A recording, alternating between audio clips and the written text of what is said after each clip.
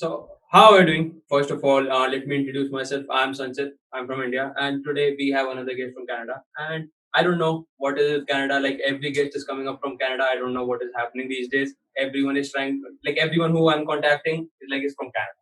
So I don't know. A special guest, another one. And yeah, so I'm Sanchit. I'm from India. I'm doing my majors in engineering. You can say I go to college, but very rarely. And I do my minors in business management. By rarely, I means I've been going to college 7 days in the last 1.5 year. And let me introduce. You want to introduce first? Hi, okay, thank you, Sanjeev. My name is Pegah. I'm a third year student in computer science. I go to school here in Canada. I go to York University. Technically, I'm in third year, but I'm actually on internship right now. So I met Sanjeev through doing a hackathon a couple weeks ago. Yeah, so while I'm on internship, I've just been doing hackathons and stuff. So yeah, it's a little about me. Cool. Yeah, and I just want to talk to how we met. It's very strange these days. You are meeting through Discord and Slack. Every single person is meeting either through Discord. It's not Instagram, not Facebook, but through these platforms, and it's very kind of a strange personality if you are going through this in the very first time. But if you are used to like me, you have made friends like this. It's a very good personality. And I just want to ask why people do hackathons, like why does it really matter, and now it's online. People don't understand, like there's a lot of logistic issues in the online. So why did you wanted to go into hackathons, especially the online one, and how's your experience happening in the hackathon? Yeah, at first I was pretty kind of scared to do like an online one. I didn't know how it's gonna work and like how you're gonna meet your teammates and stuff. Because I only ever did like in person ones.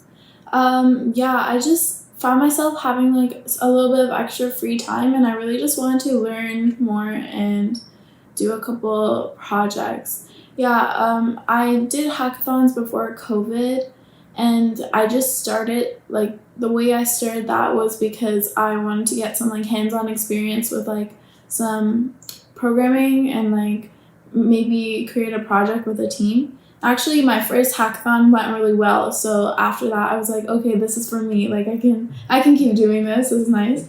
And then COVID hit. The in-person ones all closed down, right? So online ones started up, and the past hackathon that I met you, Sanjeev, actually one of my friends was a mentor, so he really encouraged me to join. Yeah, other than that, like there's just so many opportunities to meet like such cool and different people, and like people who are from different backgrounds, like not necessarily computer science, like you said, you're a business and engineering major, so I can learn so much from you that I have no clue about, right? So it's always a good opportunity.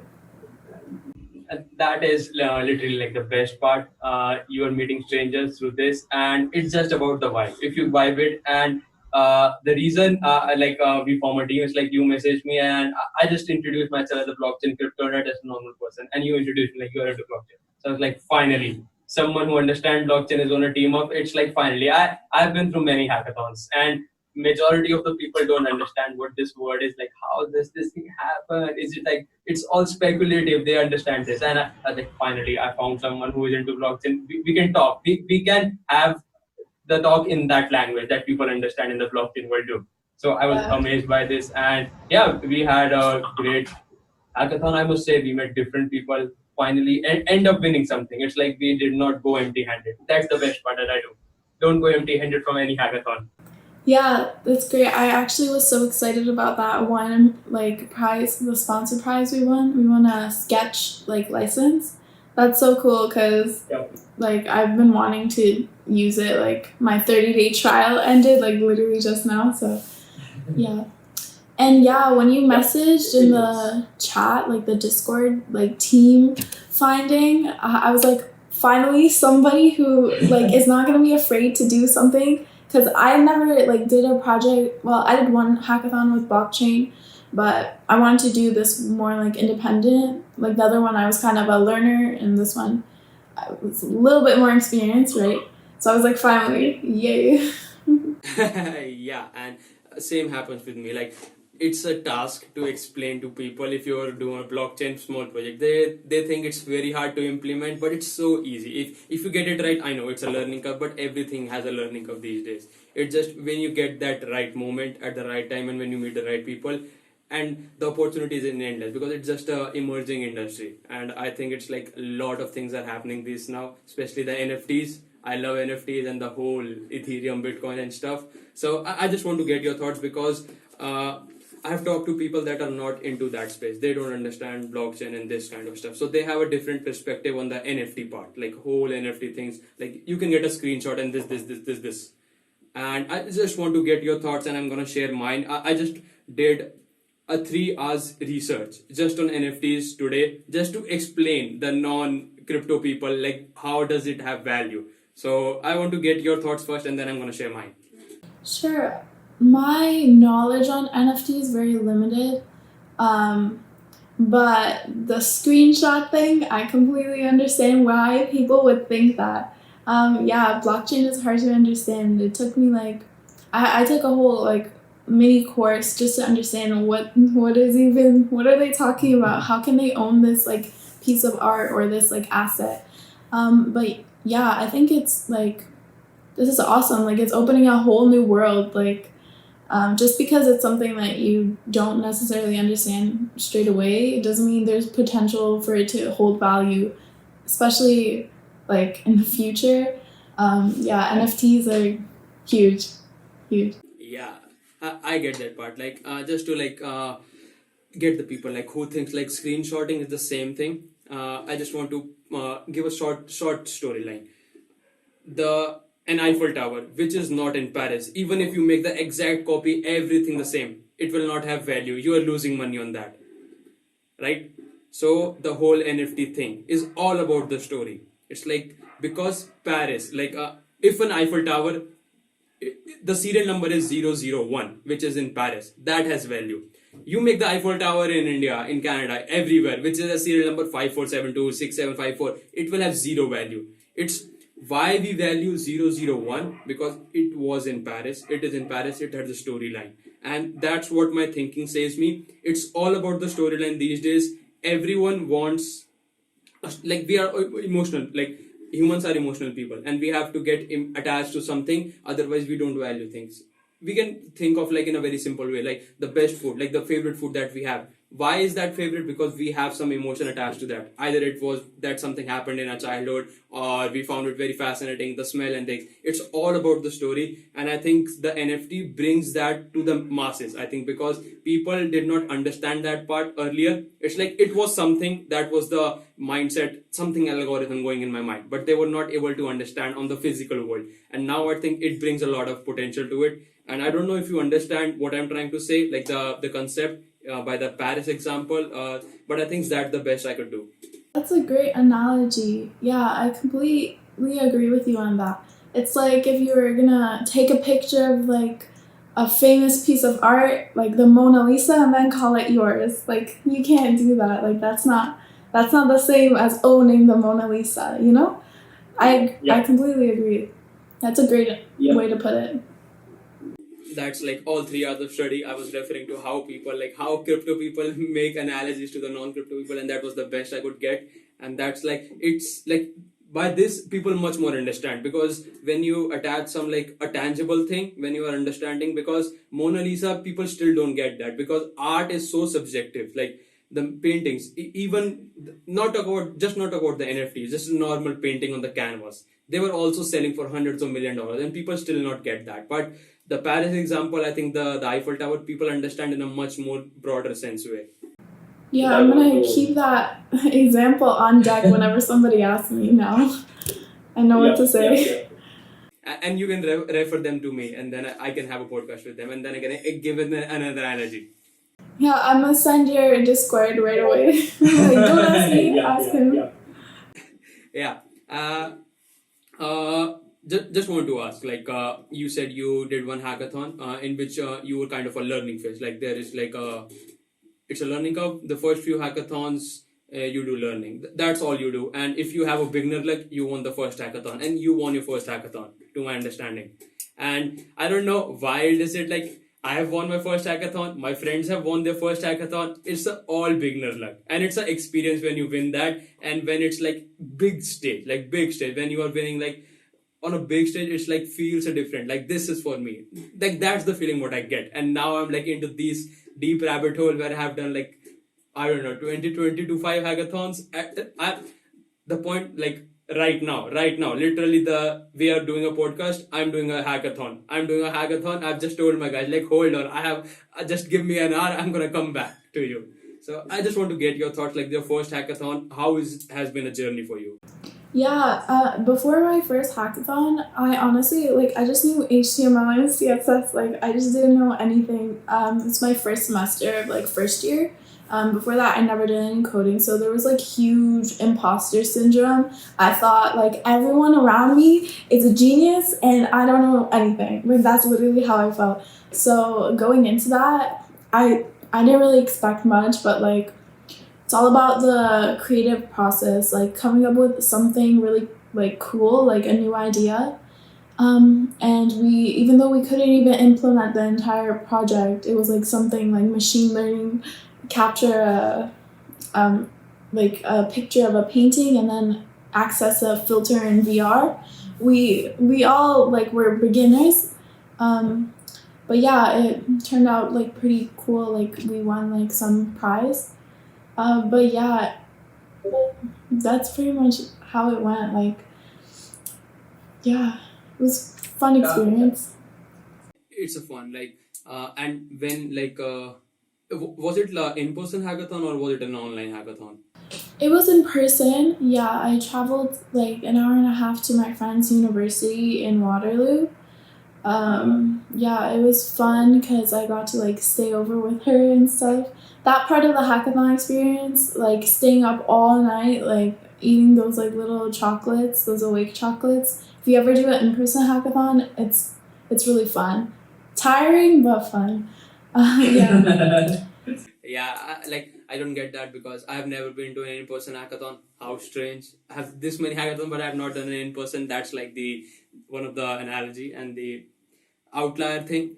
It's just because when I like I don't know if it's in Canada or not, but in India, the hackathon is kind of a if you win like 2 or 3 hackathons, you are kind of the the people like the juniors look up to you if you win just 2 or 3, and it's like you are kind of a legend if you win like a hackathon, which is because like I'm gonna talk in the dollars so that you can understand. If you win an hackathon which is like around 100 to maximum $500, it's like you are the legend. People are going to talk about you for the next 6 months, like this person won this person won this person won this. So it's kind of a hype which I think, and I don't go into the hype. Like even if it's going to be the best thing in the world, I don't go to the hype. It's just like my personality. I have not watched Avengers at all because it's the hype. Even it's the best movie in the world, I don't watch because there is so much hype there. It's like when the hype is gonna cool down, then I'm gonna watch it. I want to get your thoughts. How's your experience? Because in India, there's a lot of hype for the hackathon thing. I don't really think it's the same here. It's not like for me, it's not about anything like any prizes or anything like that. The prizes are sick, don't get me wrong, but like I always have like stickers on my laptop and stuff. But anyways, for me, it's just about learning. Like when I come out of a hackathon and I have a project that I'm actually proud of, like, and I met like people that I learn from, that's like the most valuable part. But that's so cool to hear about, like how kind of like it's a different type of vibe with you. You're a whole celebrity there. Well, you could be if you if you cared about that. Yeah, if you won couple of hackathons which the price is around $100 you are kind of a celebrity, but it's like then I'm a legend. I won 11 hackathons. Then I'm a legend there. Then I will replace the teachers. I'm a legend. But it's like I just want to keep my low life. I don't talk to my friends. Like I don't talk to my college mates. It's like they don't understand me. I want to get also talk about this. Is it in Canada? Because on the very first day, like when you go into the universities, there is like a certain time frame where everyone is friendly, welcoming, and everyone is gonna talk to strangers no matter at all because everyone is strangers. And so they don't feel that, but after a certain times groups have been formed. I don't know, like in India many groups have been formed, and what happens is it's kind of like a hard written, like it has been written in stone that you can't talk to this or you can't interact as much as. And then there is like the person who did not interact with me personally is making an opinion of me, buying a person who I said to something and then he made it. So like there is a lot of chain going and the person is assumption making an assumption about me which is like totally false, and they think like this person has a lot of attitude, ego, he don't talk this, and he person has not talked to me at all. So how's is it in Canada or like is it in Western countries too? Oh yeah, like I for sure feel that. Like maybe my school, like the engineering department at least, it's not so like toxic. It's pretty welcoming. Everyone is quite friendly, but for sure, like after like maybe the first 2 months, even 2 months of first year, it's done. Then your groups are formed. Like I'm still friends with only the couple of people I met in first year, and then now it's COVID. Then I'm just a hermit in my own room. I don't talk to anyone. But like once we go back, it's gonna be the same. Like no one is really like jumping into new groups and stuff. Like yeah, you don't really talk to all the people. Yeah. But why is that? I want to understand like why is that people don't want to jump in, because to my understanding, like I'm gonna talk about me. Like if I want to talk to someone, I just reach out to them. It's like it will not take any harm to me. I just reach out to the person, even if I have not talked to them in years. But the one thing I do, I don't waste their time. It's like if I need some help, I just straight it put it right away. Hi, how are you doing? This is the help that I need. Can you help? That's all. Because I don't want to waste their time in like a hi, hello, this little stuff, which is not gonna matter at all. But I want to get like your opinions. Like why do this is happening? I don't know. It might be just like that's just the culture. Like maybe just people don't generally see that happen a lot, so they don't do it. But I like that you get to the point because I do that too. Like if I need something, I don't like I don't mind like going up to random people and asking. Like I remember we would have labs, like computer labs, and I would have like one question like done, and then somebody next to me that I never met, like they would not do it, or not even next to me. Like I would just go up and ask because at that point we all need to help each other. Like at one point you have to understand like everybody's like living their life. You gotta reach out at one point. Yeah, and people are afraid kind of reaching out to a like who is not their friend, and I don't get that point. Like this is the only opportunity you are gonna ask for help. Like if after college there is no asking for help or no this, you have to do this task, you do this by any means. And like we are not gonna meet after college. Like we have many people don't feel that. I feel that like this is the 4 years that we all people are gonna be in the same room in the same thing. After that there is not going to be a time in our lifespan, and I don't know why people think like make a argue, make fight, this. It's not going to benefit anyone. It's like we have to mature ourselves, or like even like childish behavior have to be gone. Um, that brings up a good point because after this, like, COVID business is done, when the schools open up, like, I'm gonna make it a point to, like, talk to as many people as I can because I found it really, really cool that you have this whole podcast thing and, like, you even messaged me and our other teammate. Like, I found that so awesome that you would, like, invite us on. And It's just like we are building a relationship, like a friendly relationship. Like I talk to you, you talk to me, we get to know each other. That's all. Like it's so helpful. Like because we are living in a virtual world, we have to understand we should not be afraid to reaching out, and don't like the reach out, but don't waste other people time. Like time is much more an asset that people at especially students, many of the students don't understand it. I don't get it why. It's like time is a much valuable asset. Like people are gonna work for like they work for 8 hours, get paid, but they don't appreciate the friends time. Like they think like we can talk to like 1 hour on a call and just talk about something random shit, some gossiping. I don't give a shit about this thing if it's not gonna bring value to me. And I've seen my friends like they are full day on Discord chatting about random stuff, and at the end of the day they get stuck up, they get fed up. Now it's like time to sleep, and then the cycle continues. yeah, like I feel that too because right now I feel like I overwork myself a little bit because I have like this internship going on, in the morning, and then I come home and I have like 10 other like shit to do. Um, yeah, but definitely the value of time you understand so much more when you're like slaving away at work. Like you think about all of the stuff that you could be doing while you're like doing other work that you're not like passionate about. So definitely if you have time, like if you have free time, spend it wisely, because one day you're gonna be like stuck in a like position where, well, you might not be, hopefully you're not, but you could be stuck in a position where you don't have time. And majority of the students, at least in India, they are stuck into the position because they did not develop that work culture or like the discipline that it takes. Because college is the time. Like my philosophy in college is like work on three different kind of things. First is a long term asset. It's like working on a company for, if you're gonna work for free, but if you work for enough, then you are at that position which like is gonna pay you in the long term. Try to meet as many people and gain knowledge, because that's the only place no one's gonna judge you and ask stupid questions, because that's how you will grow. Yeah, that's great. Like it's all about building those relationships and getting those connections, because after university or at college, you don't know like who you're gonna like need to talk to or who's gonna want to talk to you. Yeah, true. Just to wrap things up, I want to ask about which college you go to, how big is the college, and like how many people are in your like the class, how teachers are working managing this online stuff.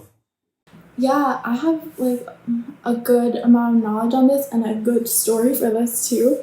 My school is, I think it's like the third largest in Canada, maybe the second largest in Ontario.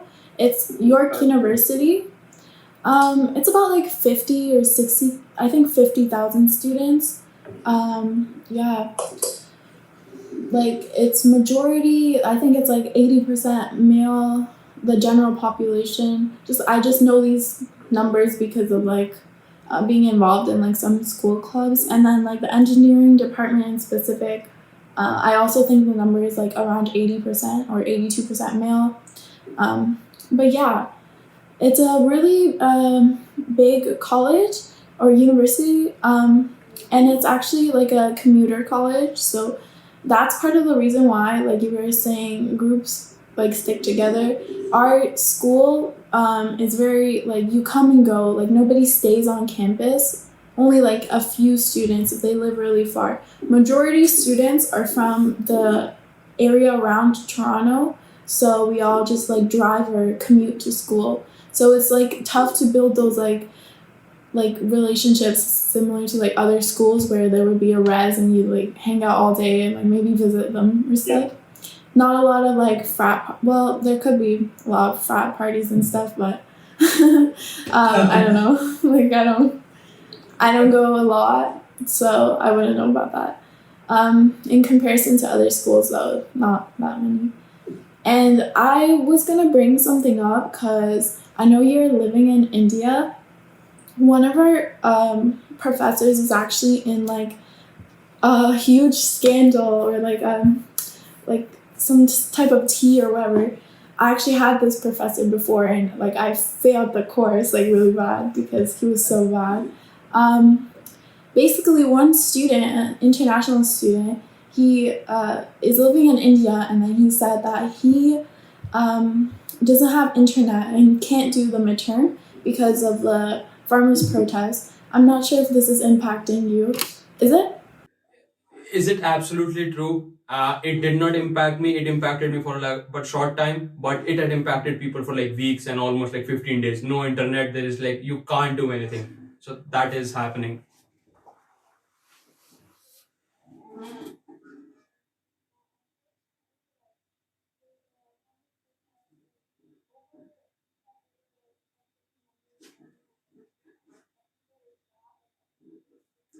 Yeah.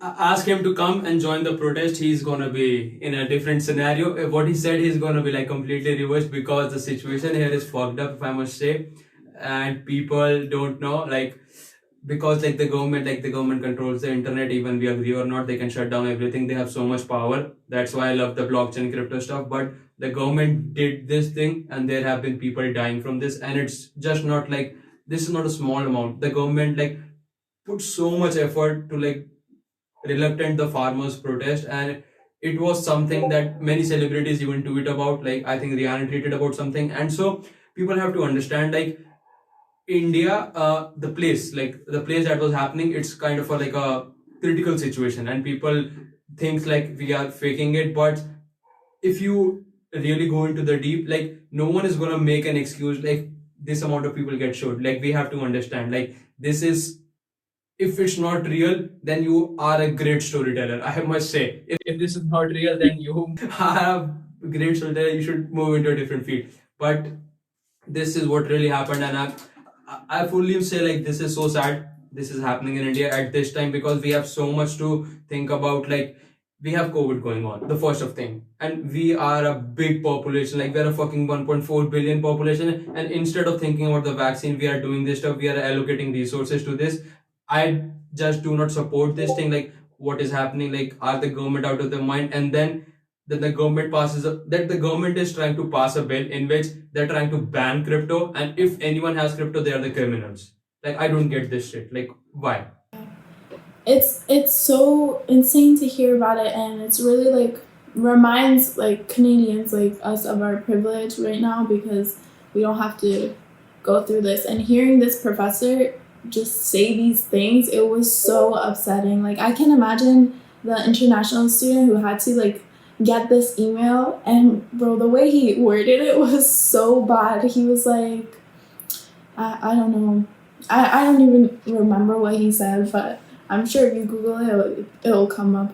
But yeah, seeing that is horrible. And hearing about the crypto ban, that was shocking to me. Like, People are talking everywhere. Like every person who is in crypto, whether you talk about whether he is in state, I have talked to like the resources that I follow. Like I follow a lot. Like I have 100 tabs open just for the readings that I have to do in the next couple of hours. Because if I don't do this, I'm gonna be lagging behind in the whole ecosystem, and I don't want that because I am so intrigued. I'm down in the rabbit hole so much that I feel like rather than studying for my college, I'm doing this. I just do this all day long. It's like I do this, and if someone just said like it's a good thing to ban crypto, I'm gonna debate, and he's not gonna win at for sure because the only 2 points that they bring up, it's like it's have been used in unlawful activities and this and many people use it for this. My point is, that's so sorry. I was gonna say, like, the unlawful activity, if there's more education around crypto overall, we can avoid this, like, unlawful activity, scams, and all of that. Like, there just needs to be more, like, education, not banning.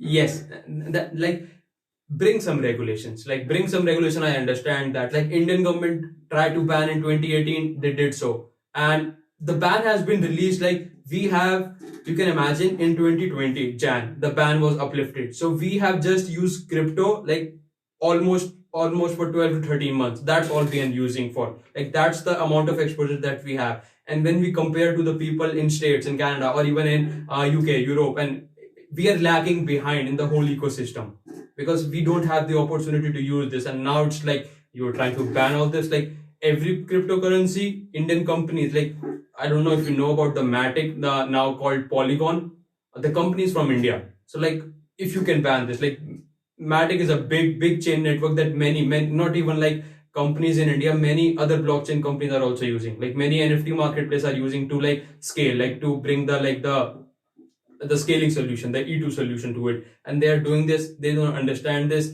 and it's just so sad that they don't get this part. It's like a huge opportunity for like everyone, not just like for India. It's like every country is now going to be in that race. and whoever's get it first is going to be like, because it's the future, whether we agree or not. Yeah, like I don't understand why the government would want to like take themselves out of the race, like when instead you could, invest more and like build these technologies further, maybe get ahead. Like I think it would be more beneficial if they did that. Yeah, it's like now is earlier everyone was working, like everyone was competing against a product, like there was a single currency there. USD was referred to a single currency. Now everyone has a different currency. Now money is competing against each other. It brings so much competition into the place. Like Facebook has their own money. Like imagine Facebook has their own money, Apple has their own money, Tesla has their own money. Now everyone is competing for the market share to like I get the most market share. It's so much competitive, and it like competition brings the best out of the people. That's what I've seen. If there is no competition, we are going to be using shitty products right now. By like 1999 user experience, with all this we can't even see this stuff. Yeah, and more than that, just other than cryptocurrency, like the money, like thinking about the applications of blockchain, like there's literally endless. We haven't even scraped the surface. Yeah, I've been working like on different sorts of projects, kind of discovering like the different applications. We were looking at like energy tokenization. Yes. And we were looking at it specifically in India, like to have it be with companies within India. So I don't know what that project is going to look like moving forward, but yeah. Yeah, it's an interesting thing. Like in India, because we are 5 years behind the Western countries in the technology space and in the overall space. So those spaces are saturated in those terms. So India is the opportunity. Like Asian countries are the opportunities right now. So that's what I think. And the government is they are gonna have their own laws. I'm not selling my crypto. I'm holding on to it because I believe in the tech.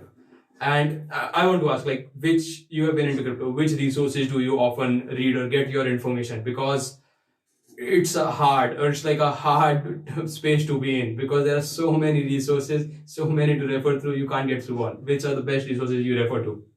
Yeah, so I mostly like follow a couple people like on different sort of social media.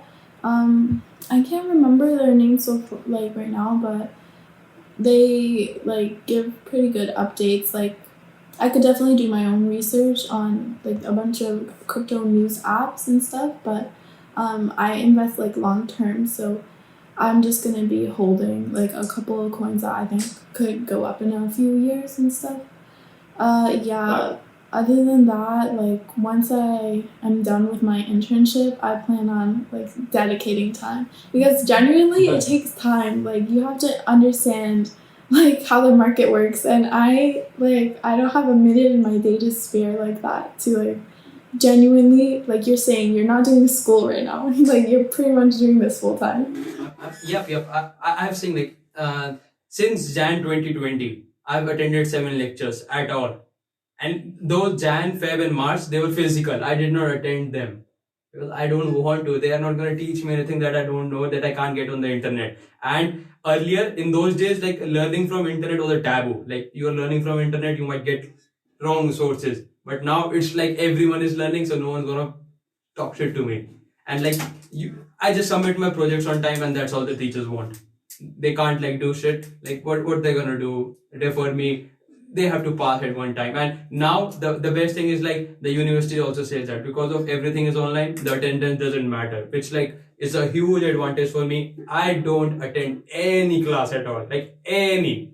Some of the teachers don't even know that I'm in their class. It's like when there's like a last end term project I have to submit, then they know, oh, this person was in the class, and then they see the project. Like I try to do every project in the blockchain space, like every project, whether it's my database project, networking project, or business project. I do projects on blockchain crypto, and when they see the research that I have done, because that's what I do, and then I do this in their field, and then they're amazed. Like this person is this, and first of all, they don't understand. So if I say something Bitcoin is shit, they will accept this. They will accept this because they don't have any knowledge. So I get in plus point over that too. Yeah, no, I completely get that. Nobody, well, not nobody, sorry. many people are not introduced to it. So once you even start mentioning blockchain in your projects too, like you got it. Like they're gonna be amazed once you, because I remember when I first learned of it, I was amazed. I was like, what? I cannot even understand what is this. So guaranteed W there. Yeah, and earlier what I was used to do, I just put like some buzzwords here in there, NFT, the E2 layer, the layer, the scalability thing, and that's what all they heard, and that thing like, oh, this person was this shit, and even I just remembered this stuff earlier when NFT was a thing, and I just say this, and I got my marks, and that's all I ever needed. Yeah, that's good. Like I love that everything is online, honestly, because I literally took courses during work, so I know I'm not gonna even be available. I just do like the quiz or test like whenever I have to do it. Yeah. It's good. In person is nice, like you have your friends and stuff, but online it's just so much more relaxed. I just do when I can. It's like in person when you have to go to the college and stuff, it's like the one thing that I cannot get back going to online, it's the travel headache is so much. It's like for me it's like 2 hours going and 2 hours coming back, and it's just not 4 hours hectic, it's like 4 hours in a populated city in India. You get so much there heat, like people are dripping sweat out of there, it's like 40-45 scorching sun out there, so I just can't want, I don't want to go to college right now. If my friends say, my friend circle says, everyone aside, this person is the only one in the whole university that thinks this way. They have made that image of me. That literally sounds so painful though. Like I can't imagine. Like I go to work, it's an hour drive, and I'm lucky I get like to drive my car and not like bus, because actually where I work there's not even any buses because it's so far. But like I can't imagine 4 hours is so much time that you could be doing something. Like I feel bad after these 2 hours. Like I want to cry. Like I wasted like so much time. Yeah, and now I don't even go. Like, this is where I live now. Like, this is the place. I have my table, I have my chair, and I have my like a beanbag. I just sleep through this way. I just watch something and then sleep through it. I don't care. I don't go anywhere. Everything is here. So I don't give a shit. That's the thing. That's so blessed. Because I don't give a shit like what everyone is thinking. Even my parents have lost hope in me. Like they just they have made their peace with, they have made their peace. Like this person, my child is gonna do whatever he wants. He's sustaining himself. He does this whole thing. He earns on his own. So they can't like any like what when you are requesting their money, then you have like a lower hand on them. But when you are earning on your own, and I just bought everything on this office. I didn't ask for any money. So I just like I even pay like the electricity bill of this room. I pay it. So it's like That's awesome. they're not gonna say. So like it's like free. I have free pass card. Like I have free. If I say I'm gonna go to trip tomorrow, they just ask me one thing: when are you gonna go and when are you gonna come back? That's all they ask. Every time if I go to leave the house, that's all. They don't ask with whom, with anyone, how much you gonna spend. They don't care because they know this person can handle this shit alone. Yeah, that's like the best part of like finally being like a little bit independent. Like I feel that this door is closed and then it stays closed. I leave through a different door. Like I don't leave my little room. Yeah, it's nice when you're able to do your own thing. They don't. Kind of, yeah. It's just like I like the independence. It's the best thing that I could get and I could ask from. And COVID has brought a lot of opportunities, but it's like a speculative thing. People say how the best thing to happen to me was COVID. I say many times because I was working on a very shitty startup earlier, and even if the COVID had not like happened, I would not have left the startup. I would not have joined a startup that I'm working on. I would not have gotten into this whole space. So like this is literally the best thing. And many people say like this can't be. This is like, but I was like this already. I was an introvert person. I was used to living in this space. So it's like it doesn't more matter to me. Me too. Like I literally say that too because before COVID, I only go out if I'm like forced to go out. Now nobody forces me to go out, so it's good. Like Yes. and yeah, I would be like I was already gonna go to like my internship, so I wasn't gonna go to university. And then everyone was telling me like, oh, you're gonna hate it. Like you shouldn't take so much time off of school. Like don't take a whole like 16 months off of school. And I was like, okay, like I just want to do it. Like I want to take time off school so I can do like my own thing, like do other shit, like learn, you know. Yep. And then COVID hit, and they all had to take time off of school. So like I picked a good time. Everyone is doing the same. Yes, then everyone is doing the same. So it's like you are not different, and that's the like it brings. That's the thing. So I just want to get like what are the internships that you are doing? You say like a 16 months internship. I just want to get like what are the internship you're doing? How did you get that? Because you say you were into networking and stuff, meeting people, and that's the best thing that I want. Like meeting different people, meeting people that have so much power, that have so much influence, that have so much knowledge. So how is that an experience been, and how it started, how it ended, and how is it now? Yeah, so right now I'm on internship at Honda. I'm in the IT applications group. So we just do like pretty much track every part of the car that's like being made, like make sure everything is okay, like work with the software that's like building, that's making sure the car is built properly. Yeah, so that's like a lot of like Java, not so much development, but a lot of like finding bugs and stuff. Like they've got a lot. I don't know. If I can say that. Lot of headache to take on for Yeah. finding that bug. I can say that because I just spent like literally 8 hours looking for one little thing with another senior developer, and it was so painful. We barely got anywhere. But yeah, that internship actually I can say I did not get by networking. It was the first job I applied to, first like interview I got, and I just accepted it out of fear of not getting any. But like after that, like I started applying to more just to see if I would get interviews and stuff, and I realized like I can get any sort of interview I want, like, and networking is so important. Like a couple weeks ago I went to one hackathon. I like sent my resume to the hackathon. Like before I even met people, I got 3 interviews for different like pretty good companies that like in Canada, like they're pretty large companies. So like there should not be any concern if you're a student looking for a job, like just go to a hackathon and meet people. After that, they had a little networking session where I literally just talked about like myself, like I just talked about what I like not like any sort of weird like I don't know. It doesn't have to be so formal. Just be passionate about something and talk about that. Like even talking about blockchain, like if I talk about that with somebody, that's a great way to network because they might not know what you know and they'll want to hear more about you, and then that's how you get a job. That's how you connect with someone. Like And the people in the blockchain space, they are so friendly, so welcoming. Everyone is eager to talk. yeah, everyone wants to talk more and more. That's a big thing. They all want to talk because everyone's excited. Like I feel like everyone's excited here. Yeah.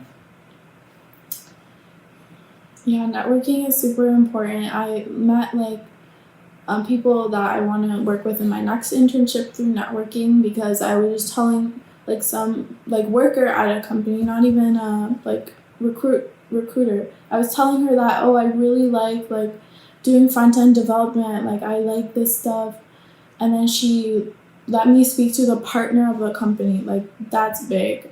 That's pretty. That's a great like network to have, you know. Like who am I? I never thought I could even talk to somebody I don't know who has that sort of experience. But yeah, going to hackathons mainly the biggest source of meeting people for me. And I like I am saying so. People have listened so many times from my mouth. Like I say, hackathon is like one of the best opportunities you can get. It's far better than applying for a job because now you are literally talking to a person who is recruiting. So you can just ask him straight away, "What are you doing? This? How this?" And even many great companies are hiring through hackathons. Like big companies like American Airlines, Mercedes, these big companies are also hiring from hackathons. So it's like you just have to be stand like now I think the job market is so saturated. It's like you have to find an unorthodox way. It's like orthodox way is not gonna sustain yourself. It's like you are not gonna be that successful that you think you are gonna be from that the orthodox way. That's what I have been thinking in the last 1 year. Like unorthodox way is the key, whether you like it or not.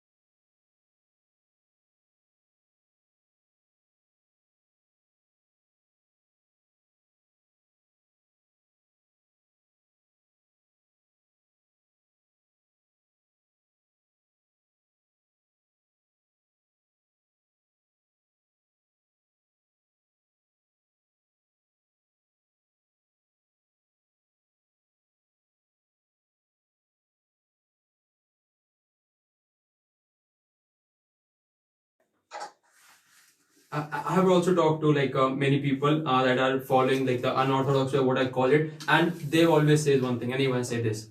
We just need that one email from them. Rest we can handle it on our own. Rest our skill set we can handle it on our own. We just need that one thing, and we are just fighting for that one call, that first meeting, or like the first thing. And after that, it's like we can handle. We have that much like capability on our own that we can handle things. And I think it's for you too. You like the way you said it. It's like I just need that one thing, that one call, that one message, and the rest I'm confident in me. And many people, I think they take like they need guarantee, like they need that safety, and they are not eager to take risks. The and risk, I don't want like many people want a steady life. This like how this is going to be, but I don't want like I think the people who have been successful, they have a roller coaster ride, and their life has been this way, and you have to follow this. Like if you're going to be successful, or like at that scale you want to be that much successful or build wealth or anything, there's going to be up and downs, and you have to just like embrace this journey and follow it.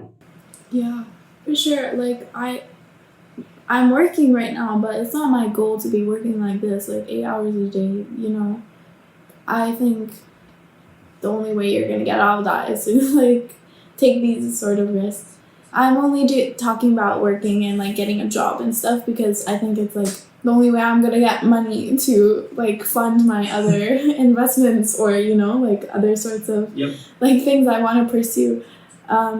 Yeah, and plus like getting an actual job like when you're working, it's good to build your network through that too. Like you meet cool people and you learn a lot, like build your technical skill and stuff. It's also good. But yeah, take risks. So you mentioned, what's your portfolio like? What are your investment look like as of today right now? Which companies have you invested in? How much is it? Like you don't have to give the actual figures if you don't want to, but what's the thing that you look for?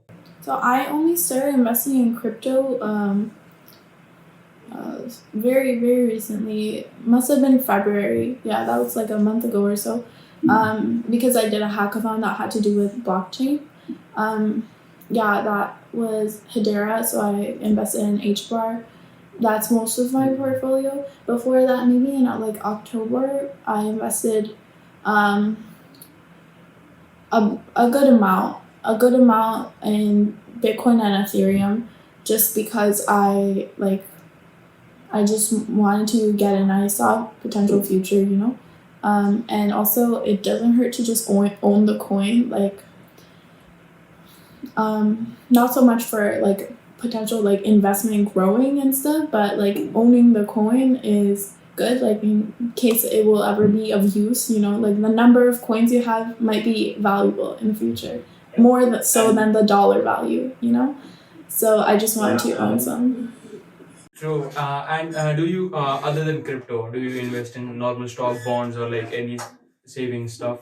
Yeah, I started building my stock portfolio once I got my internship.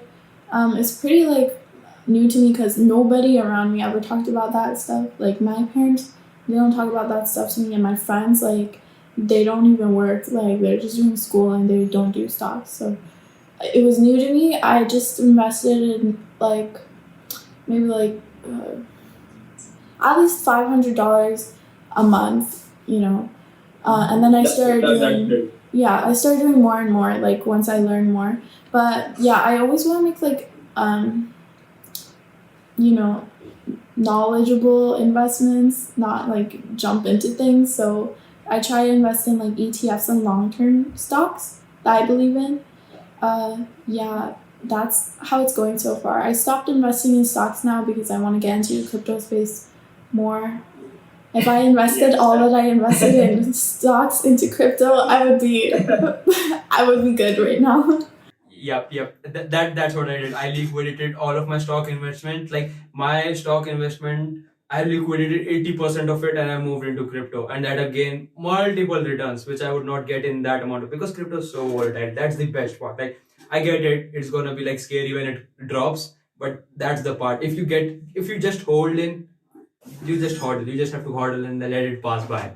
And that's the best part of it. And yeah, the thing I find so hard for me is like I'm a pretty anxious person. So when I see it, like I don't know, I just pretend it like I just close my phone and pretend it's not there. I'm like when it's going down, I'm just like, oh, okay, that's fine. It's hard. And that's what mostly I do. Like I'm waiting for the opportunity. Like the people that are hodlers, what we call in the crypto, they don't want the crypto to go much more. They like the USD. They don't want to go high because they want to buy more. Because when you get into this, everyone wants to buy more. Like I always like I just buy crypto every day, even if the smallest amount. It's just like I want more. I want more. It's like that mentality when you are that level. And the I just want to mention this. The people that many people mistake this. They are comparing Bitcoin like now it's 60K, it's 70K, it's 90K. You don't have the first of all, you are mistaking, because Bitcoin, you are comparing to Bitcoin to fiat. It should not be that comparison. Like I should not say I have $10,000 of Bitcoin. I should say I have 100 satoshis, 500 satoshis. I think when you get at that level, then you are like the pro. Then you are the pro crypto level when you're talking in those terms. Because when then you are fully like removing yourself from the whole fiat currency and things. And I am like a true believer of that things, because the government doesn't give a shit. They just want to bank their money. And the people that are running the government, they are like, in India, they're uneducated people. Literally uneducated people are running the government. Like I just don't want to get into conspiracy, because they are uneducated people running the government, and educated people are leaving the country, because that's like the government is like, fuck this scenario. Yeah, that's I find that important too. It's like the value of your coin. That's what's important, not the dollar value, or like you said. True. So you started in February, right? Because of the Hedera hackathon.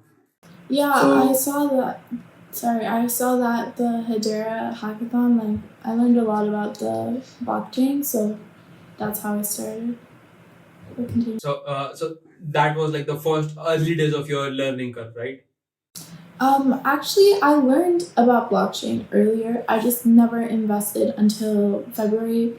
Mostly because there's still a learning curve once you learn about blockchain. How do you invest? I had to go deposit money into my bank account with cash because like they wouldn't take like some of my cards. Like I had to make like jump around loops and stuff. I called my credit card company. I'm like, why is it declining? And it's like, oh, Canada doesn't accept crypto transactions. And I'm like, okay, that's new because like I never learned about that type of thing. Like I never even learned about investing. Never mind crypto investing.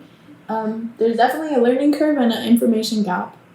Like where am I supposed to learn this stuff if I don't do it myself? And like if you're in the crypto space, you have to have a lot of motivation, like a lot of self-guided, I don't know, passion, because it's so hard to get into randomly. It's all about the drive. It's like if you have the drive, and you just need the drive. Like the people are gonna connect with you. That's for sure. If you get into the space, you have to just reach out. And that's the best part of like the whole DAOs and the blockchain and this stuff. People are so eager to talk and share their ideas. Like literally, like the next podcast that I'm gonna have with, he is the director of the Ripple Ledger. Like he's one of the top guys. Like that is leading. And I just met him through the hackathon, and now he's like, let's sure man, let's have a chat. And like I was so amazed by this. Yeah, and like now I'm gonna get all of the Ripple. Like I did not believe in Ripple. Like I get that, like the Ripple is stuff, but when you are so engaged with that community, you get the real version of it. Like I have won hackathon. Like that's the thing. You just have to reach out. You just have to communicate. People are gonna. We have to understand there is a human on the other side. They will understand what you're going through. And most people like they think like this is the rules. The rules can't be changed. But rules are meant to be changed. The rules. What are the rules? It's like masses don't change the rules. The people who ask, they're gonna change the rules. And that's the best part. Like now I'm gonna talk to him. He still had to reply to me when he's gonna have some time. So but I'm looking forward to a jam. But yeah, that's so cool that you met the Ripple director for. Yep, and yeah, cool. Yeah. So just want to wrap things up here. And which credit card do you use? Like which credit card does not accept crypto? I use CIBC, which is like the biggest bank in Canada. I think I don't know what it was. Like the debit card worked fine. I literally called them like to ask about it, and they're like, "Oh, because it's used in crypto has been found to be used in scams." And yeah, even on the phone, he sounded very like he was like, "Okay, be careful." Like, I was like, "Okay, I'll be careful." He's like, "If you trust the website, then buy it." I was like, "Okay, like why are you talking to me like that?" I don't know. It was strange. But yeah, they said to pay through PayPal if you want to get it. So I was like, okay, bet I will. Yeah. But I still have to learn about that type of thing, like investing, how Canada works with like regulations and stuff, because I don't know much. Got it. Anything you wanna ask me about any stuff that I know? You want to ask something because I've been asking a lot. Now it's your time. I have one question before you go. Like, how did you get into this type of thing? Like, how did you get into crypto, the crypto space as a whole? Like, where did you learn?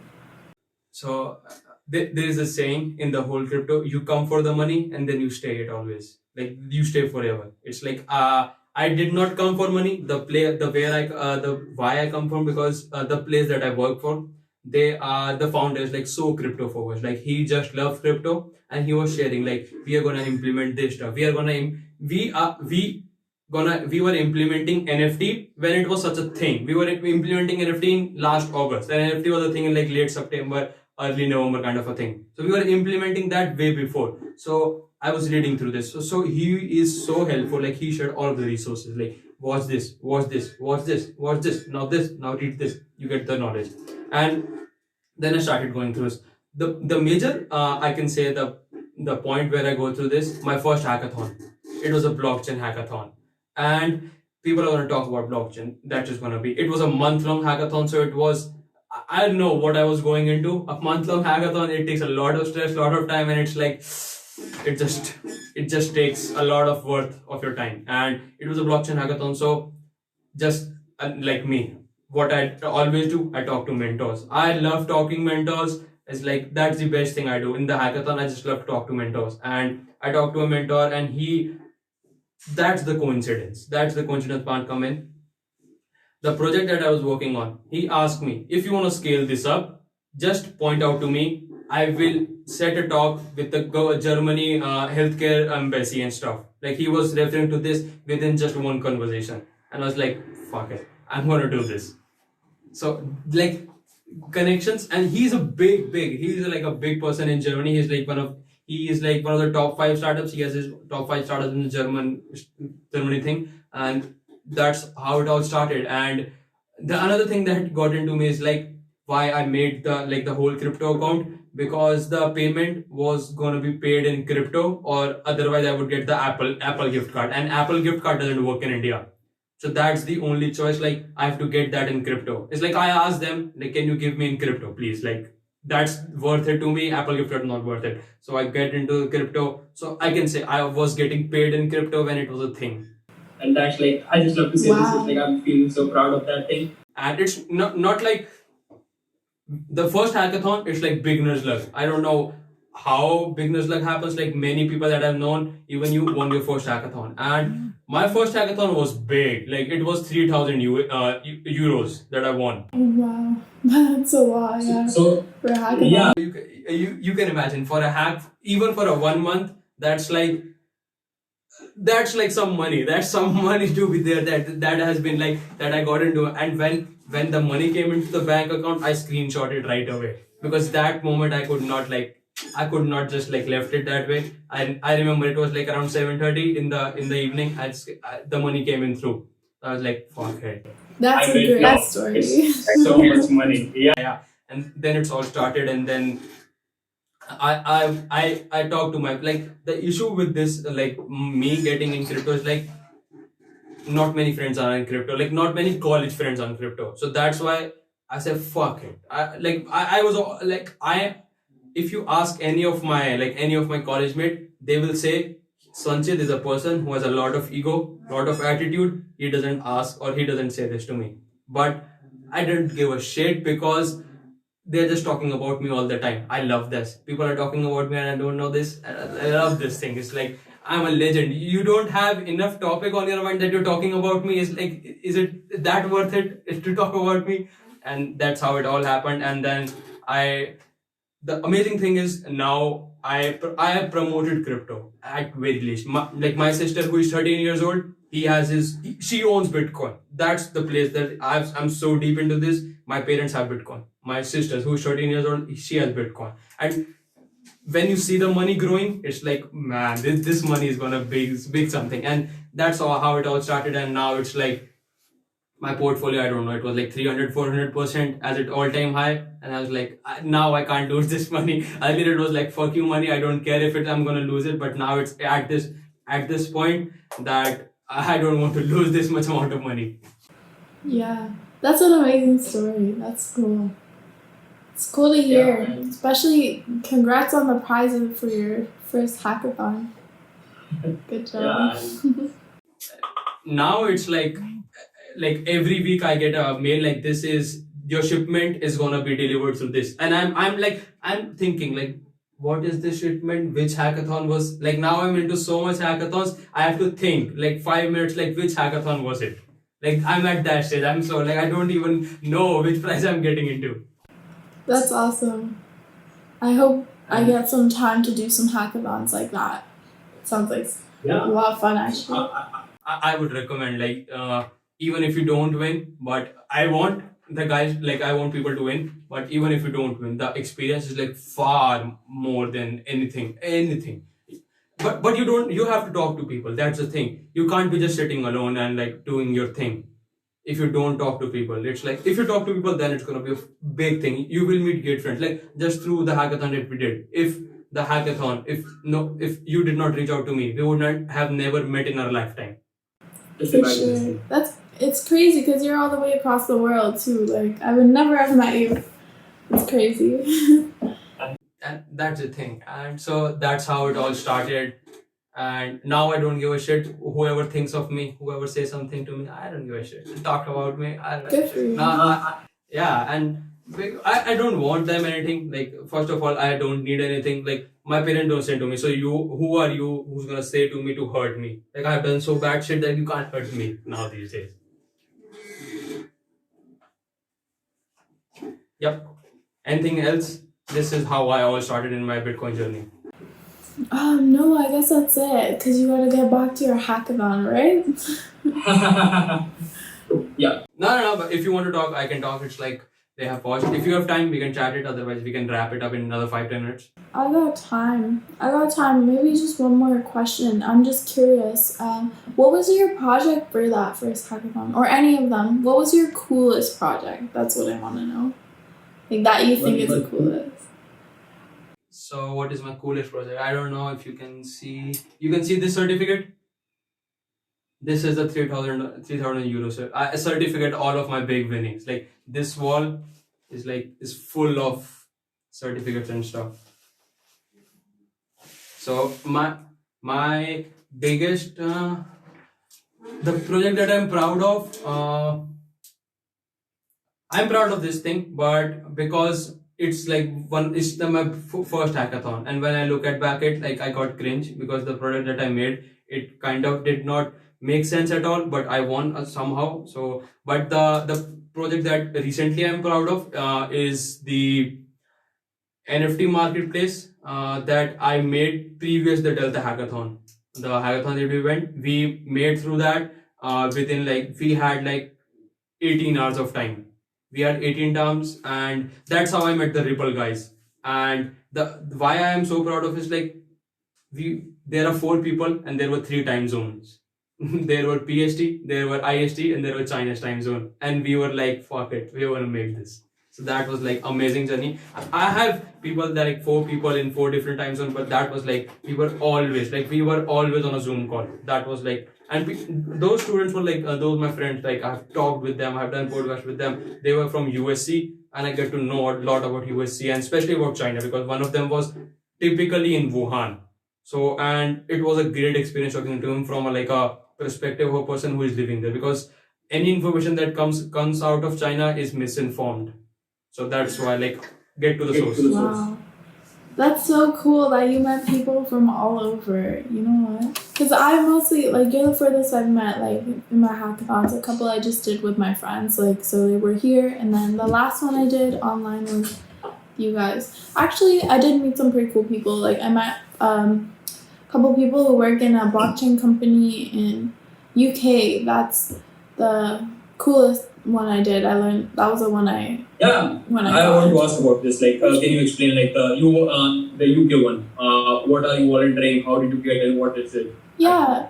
So I just posted on the hackathon like website. I was like, okay, I'm looking for, or actually it was a Discord. I'm looking for a team like that's gonna allow like a beginner to join them because I was a beginner, right?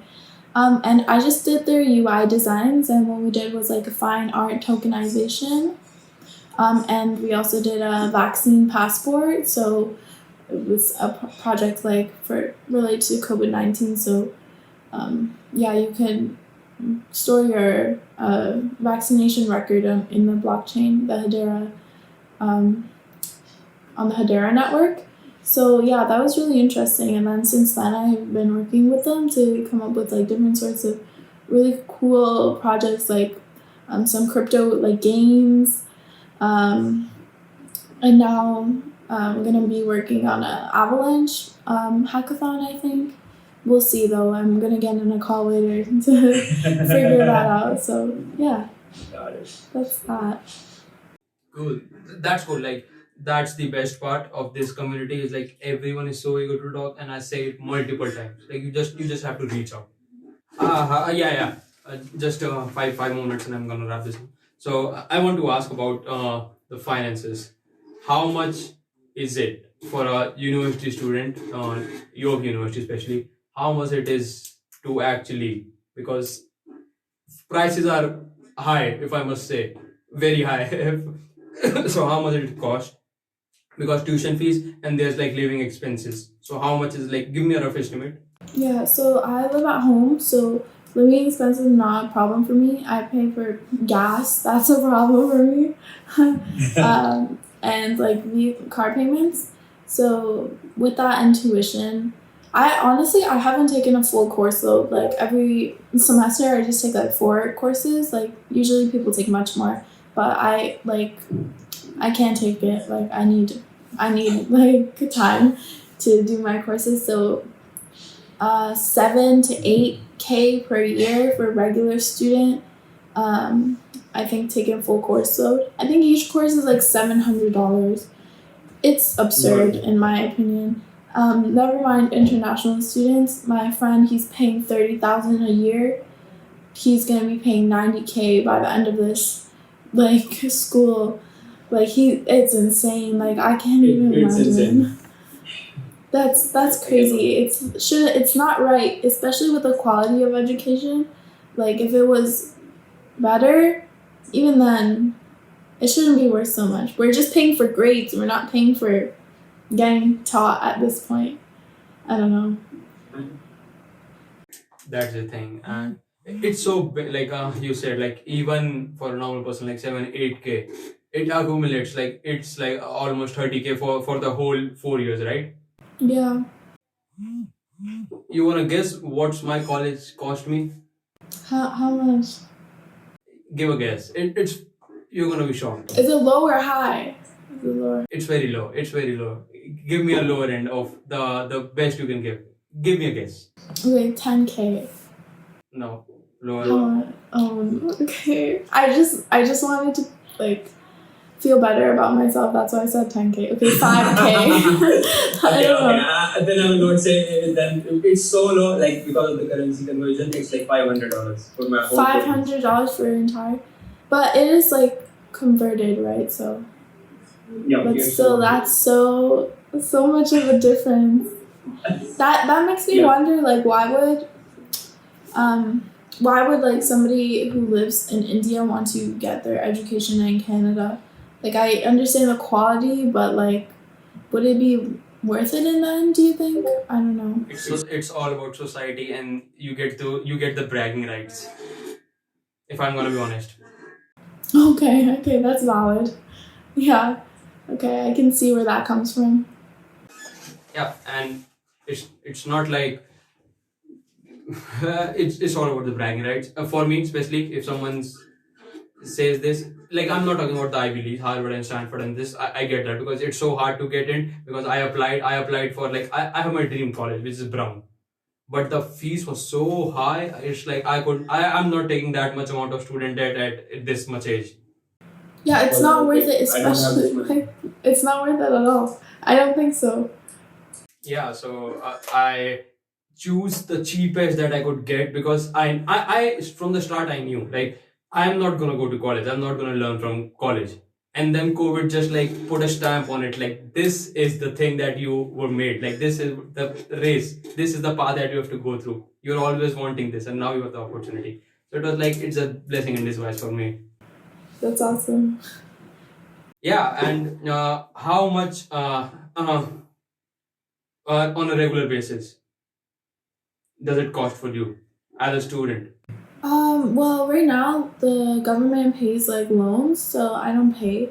Like I could pay my student debt off right now because I did my internship. Like that's a good thing about choosing like computer science as a degree. You're not going to be jobless. You'll be able to pay off your student debt. But I just don't want to until I'm done university. Like hopefully by then I'll just be like paying off loans. Yeah, I think by that time it's gonna be like monthly payments, and I'm not sure how much that will be. But right now, like I just pay like maybe like $500 per each semester, maybe like up to $2,000. That's how much I've paid. Mostly OSAP, which is our like Ontario student loans. That's what covers it for me. Yeah. OSAP. Yeah, Shari was also talking about the OSAP thing. So now I know what it is. Last day I did not know this. Got it. And just last question, I'm gonna wrap this thing up. Which platform do you use for investing and Bitcoin stuff, like crypto stuff? Do you use Coinbase or do you have any other in Canada? I use Binance because that's where I can buy HBAR. I use Newton before. That's one in Canada. Yeah. And then like I use like BitGo wallet. Yeah, there's a lot of different ones. I still have to look into like what the best one is. But yeah, for now mostly I'm just using Binance. Got it. And does the Binance the price is as same as the market price? Like if I'm gonna Google Bitcoin price right now, it says 45K. Does the Binance to buy? Will you be buying at that price, or it's like much higher, much lower? I'm not sure about that. I assume it'll be pretty accurate. It's a pretty large platform. I don't know, is Coinbase like that? Like, or is there a delay? No. In India, the Indian platforms, they are like this. So it's like if it says 45K, it's like if I have to buy, I will be buying it at like 50K. We have to pay like 5 or 10% premium. So it's like it's very hard. Initially, like it's very hard to get into, and now we have to pay premium for that space. It's like does not make sense. And even for selling, if right now it's 50K, I will not be selling at 50K. The price that I will be selling it's around 45K. So it's like I'm losing money on both the ends. And to gain that much of portfolio, it's take a lot of time. Wow, I didn't know that. For us, I know just you have to deal with some like transaction fees. Honestly, I don't even look at the fees at this point. I just buy because I hold for long term. Like I don't know, but yeah, that's crazy that you're getting the price at a different point. If that's what I'm understanding. Yep. That's true. So how do you deal with that? How do you know? Say that again. How do you deal with that? Like, how do you know what price you're paying? It shows what the price, but that price when you convert into dollars, it's much more the original price, like the original price that I'm gonna search for. So the platform has invented, but it's so that's why like I try to use Binance, but it like in Binance I have to like wire my money, and like wiring money cost money. So like I don't know, it's like it will at the end it's gonna be the same for me. Yeah, hopefully there'll be a little like better methods in the future. If the government don't bans it. If the government doesn't ban it. But I think like once there's regulation, they'll unban it. Like that's my opinion. I'm not sure. The Indian government doesn't. I don't know about the Indian government. I don't care. I'm just buying crypto. I don't have any like my stock portfolio is very less. I don't have any cash. I'm like the broke person who has like you heard like person has millions of dollars in sweat equity but is like broke. I'm that kind of person. I don't have. I love that crypto. You could be a millionaire in crypto world that has $0 in your savings account. Like, I'm that kind of person. I'm totally. I just if money comes into my bank account, it's gonna be straight to like any crypto that I love. It's not gonna stay at that, and because I like we don't have like BitPay in India. Like no one's gonna accept crypto for anything. So that's like I don't have anything to do with this. It's like it's gonna be on that for a very long time. yeah, that's a big move though. That's pretty risky because of everything that's going on for you. I'm taking a big risk, but I believe in this tech. It's worth it. It's just like I believe in this so much. It's like I cannot let it go now. It's like no, not now, because now it's like it's gonna be at a big stage because with all of the money that has been invested by the hedge funds and this stuff. Yeah, That's don't keep doing what you're doing. Just keep doing it. Yeah. Yep.